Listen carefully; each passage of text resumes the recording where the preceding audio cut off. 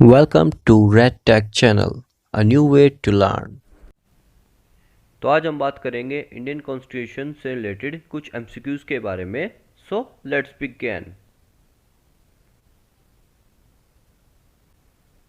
Question number 1, भारतीय संविधान को अंग्रेजी में क्या कहा जाता है? तो ऑप्शन ए हमारा constitution of India, option B हमारा भारतीय संविधान, ऑप्शन सी हमारा इंडियन कॉन्स्टिट्यूशन, या ऑप्शन डी हमारा प्रेम्बल ऑफ इंडिया। तो as you well know that A इसका राइट आंसर है constitution of India. Question number 2, भारतीय संविधान कब लागू हुआ था ये आपको बताना है। When was Indian constitution enacted? तो ऑप्शन ए हमारा 1947, ऑप्शन बी हमारा 1948, ऑप्शन सी हमारा 1950 एंड ऑप्शन डी हमारा 1952। तो जैसा कि आपको पता है भारतीय संविधान जो है 1950 में लागू किया गया था। क्वेश्चन नंबर 3, भारतीय संविधान किसने लिखा था? तो who drafted the Indian constitution? Option A हमारा Mahatma Gandhi, option number B हमारा doctor BR Ambedkar, option number C हमारा Jawaharlal Nehru, option number D हमारा सरदार वल्लभ भाई पटेल। तो बेसिकली जो संविधान है वो हमारा लिखा गया था, ऑप्शन नंबर बी इसका राइट आंसर है, डॉक्टर BR अम्बेडकर के द्वारा ड्राफ्ट किया गया था संविधान। क्वेश्चन नंबर 4, भारतीय संविधान का सर्वप्रथम अनुच्छेद क्या है वो हमें बताना है। तो what is the first article of Indian constitution? Option number A हमारा आर्टिकल 1, ऑप्शन नंबर बी हमारा article 12 and option number C हमारा article 15 and option number D हमारा आर्टिकल 21। तो first article basically option number A इसका right answer है, यानी कि article 1। और आर्टिकल 1 क्या दर्शाता है वो आपको बताना है। तो आर्टिकल 1 क्या है? जो फर्स्ट आर्टिकल है इंडियन कॉन्स्टिट्यूशन का वो डील करता है with the names and territory of India, जो कि बताता है इट स्टेट दैट इंडिया जो कि हमारा that is Bharat shall be union of states, यानी कि जो राज्यों का एक समूह है, बेसिकली यूनियन है। क्वेश्चन नंबर 5, भारतीय संविधान में कितने मौलिक अधिकार हैं वो हमें बताने हैं। How many fundamental rights are there in the Indian constitution? So option number A हमारा 6, ऑप्शन नंबर बी है हमारा 7, ऑप्शन नंबर सी है हमारा 8 एंड ऑप्शन नंबर डी है हमारा 9। तो मौलिक अधिकार की बात करें तो ऑप्शन नंबर बी इसका राइट आंसर है, यानी कि 7 जो है इसके फंडामेंटल राइट्स होते हैं। There are 7 fundamental rights guaranteed by the Indian constitution, जिसमें आते हैं हमारे including right to equality, right to freedom, right against exploitation, right to freedom of religion, culture and educational rights, और राइट टू प्रॉपर्टी को जो है वो removed कर दिया गया था 1978 में 44वें अमेंडमेंट के बाद, यानी कि 44वें संशोधन के बाद। And right to constitution remedies, ये हमारा स्वास्थ्य संबंधी होता है। क्वेश्चन नंबर 6, भारतीय संविधान की सबसे लंबी प्रारंभिक प्रस्तावना किसे कहा जाता है? तो what is the longest preamble in the Indian constitution called? So option A हमारा preamble of India, option number B हमारा fundamental rights, option number C हमारा directive principle of state policy, option number D हमारा emergency provisions.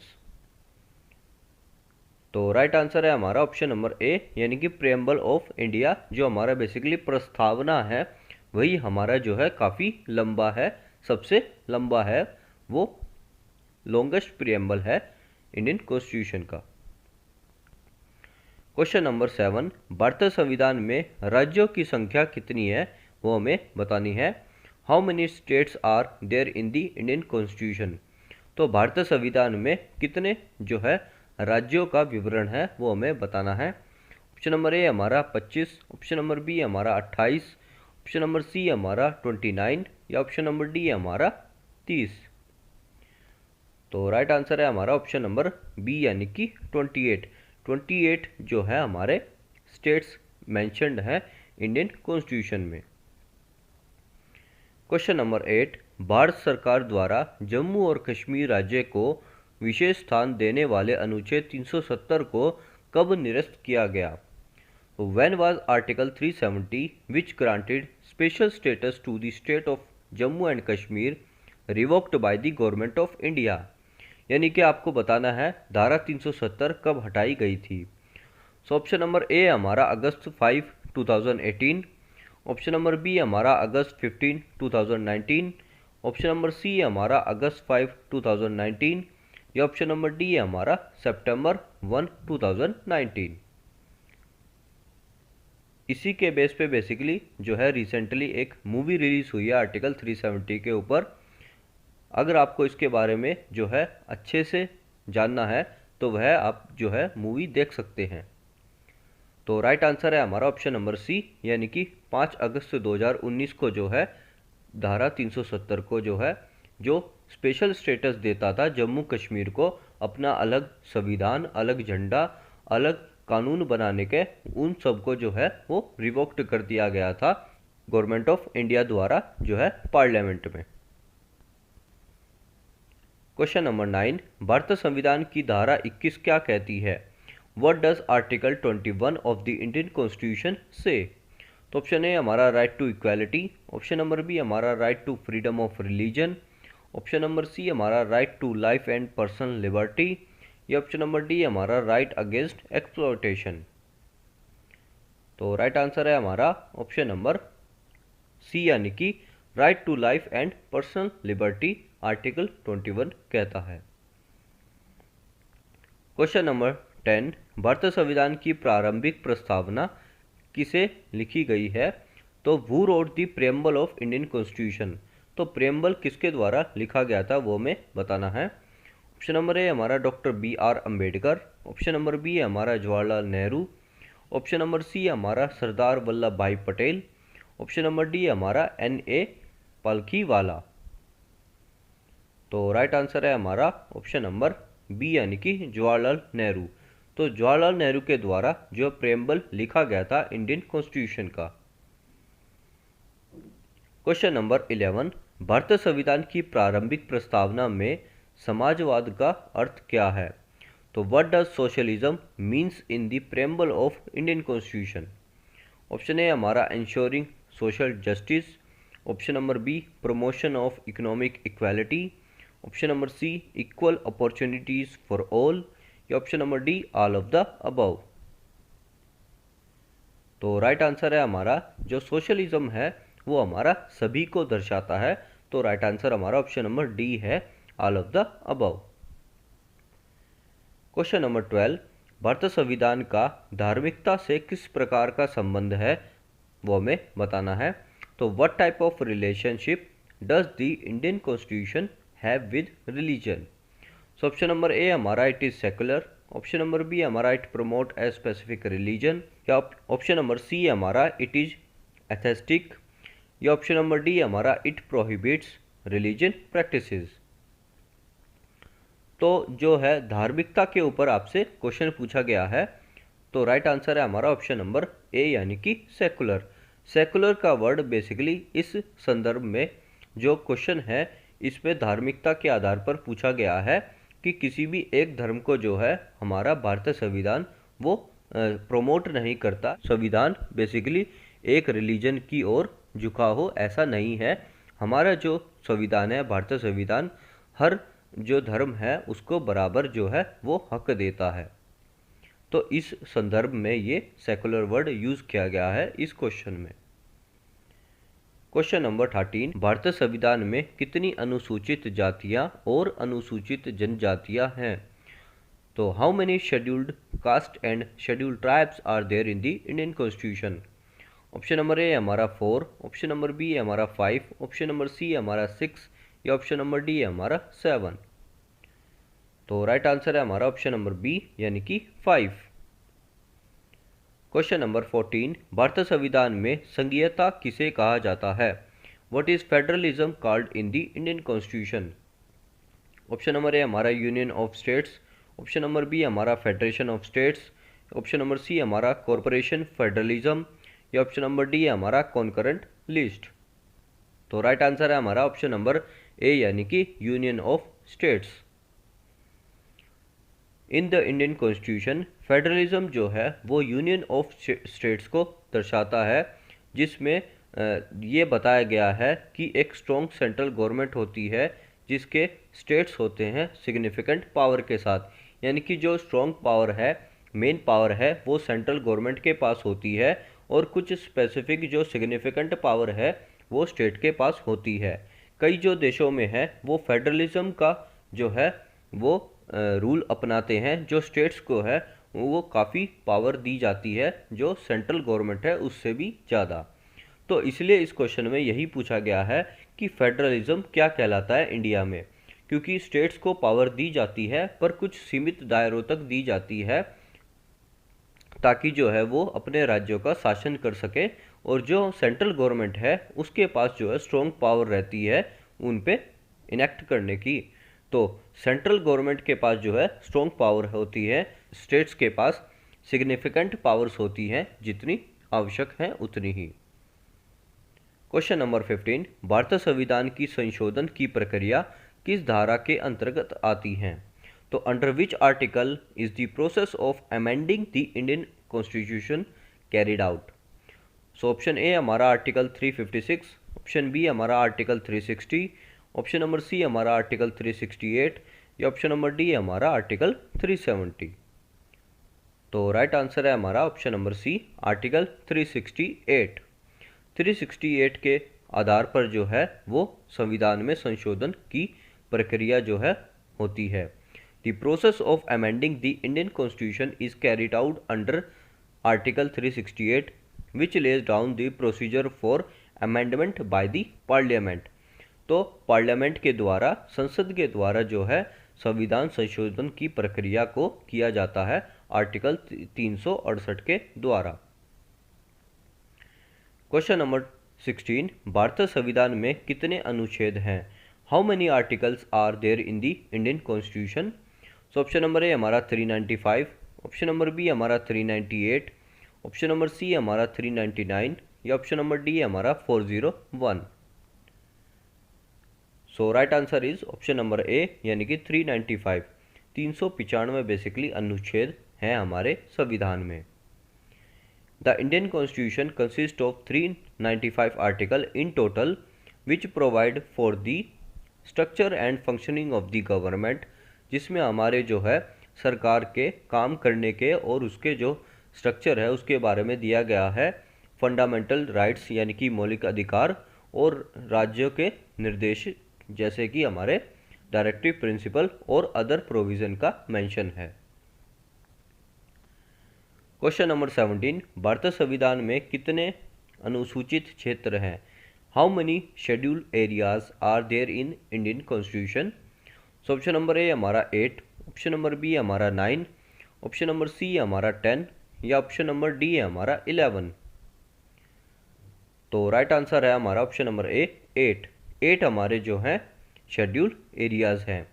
तो 8 जो है हमारे, there are 8 schedule areas in the Indian constitution which are areas inhabited by scheduled tribes and have special provisions for their development and governance. Question number 18, भारतीय संविधान में कितने साधारण तत्व शामिल हैं? How many fundamental principles are included in the Indian constitution? So option number A हमारा 6, option number B हमारा 7, ऑप्शन नंबर सी हमारा 8 या ऑप्शन नंबर डी है हमारा 9। So right answer is option number B यानी कि 7। The Indian constitution include 7 fundamental principle which are the guiding principle for governance and administration. तो fundamental जो है प्रिंसिपल हैं, यानी कि जो साधारण तत्व है, फंडामेंटल प्रिंसिपल है वो हमारे साथ है जो एक बेसिकली गाइड करते हैं गवर्नेंस की और एडमिनिस्ट्रेशन की। क्वेश्चन नंबर 19, भारतीय संविधान में कितने नैतिक मूल्यों की चर्चा की गई है? How many moral values are discuss in the Indian constitution? Option number A 3, option number B 4, option number C 5 या option number D 6। So right answer is option number C यानी कि 5 नैतिक वैल्यू के बारे में चर्चा की गई है। The Indian constitution discuss 5 moral values which are liberty, equality, fraternity, justice and dignity of the individual. Question number 20, भारतीय संविधान की धारा 17 क्या कहती है? What does article 17 of the Indian constitution say? Option number A right to equality, option number B right to freedom of religion, option number C abolition of untouchability, या option number D right against exploitation. सो right answer है हमारा option number C abolition of untouchability. Question number 21, भारतीय संविधान की सामाजिक न्याय धारा क्या है? What is the social justice provision in the Indian constitution? Option number A directive principle of state policy, option number B fundamental rights, option number C preamble, या option number D emergency provisions. तो न्याय धारा क्या है हमारी? Option number A इसका right answer है directive principle of state policy. The social justice provision in the Indian Constitution is primarily enshrined in the directive principle of state policy which aim to promote social, economic and political justice। यानी कि जो हमारे सामाजिक न्याय धारा है वो हमारे डायरेक्टिव प्रिंसिपल्स में छिपी है, जिनके आधार पर जो है एक राज्य अपनी जो है पॉलिसी बनाता है और एक सामाजिक और नैतिक और एक लोकतांत्रिक तरीके से बेसिकली हर तरीके से जो है वो इंसाफ हो सके, जस्टिस हो सके, तो उनके बारे में विवरण directive principle of state policy में दिया गया है। क्वेश्चन नंबर 22, भारतीय संविधान की अविरोधी धारा क्या है? What is the non discriminating provision in the Indian constitution? Option number A article 15, option number B article 16, या ऑप्शन नंबर सी आर्टिकल 17, या ऑप्शन नंबर डी आर्टिकल 18।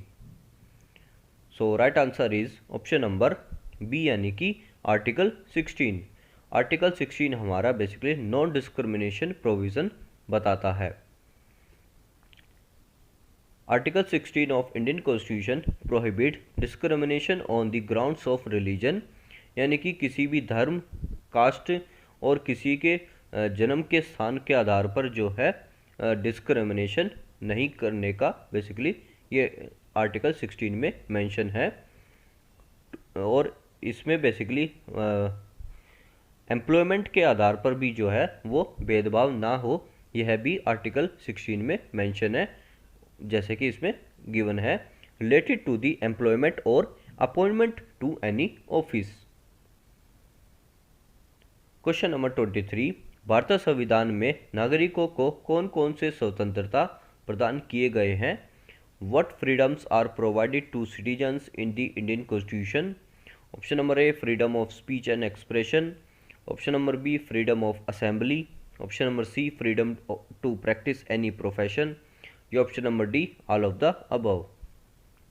तो भारतीय संविधान में नागरिकों को ये सभी जो है स्वतंत्रता प्रदान की गई है, तो ऑप्शन डी इसका राइट आंसर है all of the above. The Indian constitution grants citizen various freedom including freedom of speech and expression, freedom of assembly, freedom to form association और union, freedom to move freely throughout the territory of India, freedom to reside and settle in any part of the territory of India, freedom to practice any profession, occupation, trade or business, and freedom to protect their culture, language or script। Question number 24, भारतीय संविधान का स्थायी निर्माण कौन करता है? Who makes the permanent structure of the Indian Constitution? Option number A parliament, option number B president, option number C supreme court, या option number D prime minister.